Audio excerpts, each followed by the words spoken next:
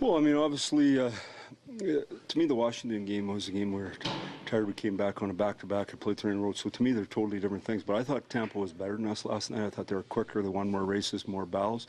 And I thought we were tight. So we went through the process of going through what happened in last night's game, cleaning it up, preparing for tomorrow's game, and at the same time understanding it's all about us. And you can't play the game when you're not loose and driving, so let's be prepared and let's you don't have to think about hockey for the next day and a half. I mean, you're going to be ready, so don't worry about that. You can get ready during the national anthem that way and come out and play. It should be a lot of fun for us. Do you do anything to loosen your team up?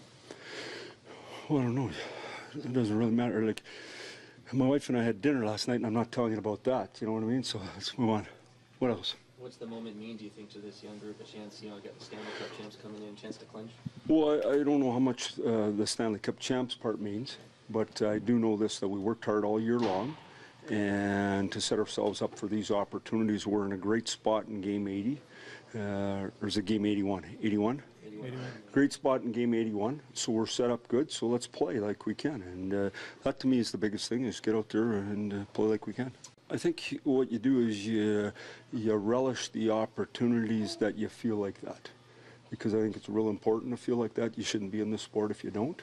And I think any competitor in games that are exciting that way, I think it's good for you, and I think it's real good for our guys. And you know, it's no different than being on the tee at the Masters. You step up there, you got to clear your mind and hit the ball. And if there's momentary doubt, you push through it and you hit it down the middle and you get ready for your next shot. The same thing here in hockey. You play your shift, come back, take a deep breath, and get a drink of water and play your next one. What I like about this opportunity is we have to earn our way in.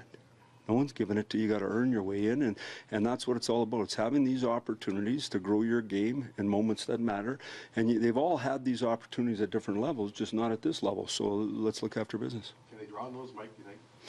I think a little bit, but I think what you got to do is you got to trust the guys in the room. You got to trust your structure. You got to come out and compete, and you can't let your nerves get in the way. And that's part of just growing up. Like, you could go home and you could watch you guys all day long if you wanted to. What I would suggest is you watch the Hunting Channel.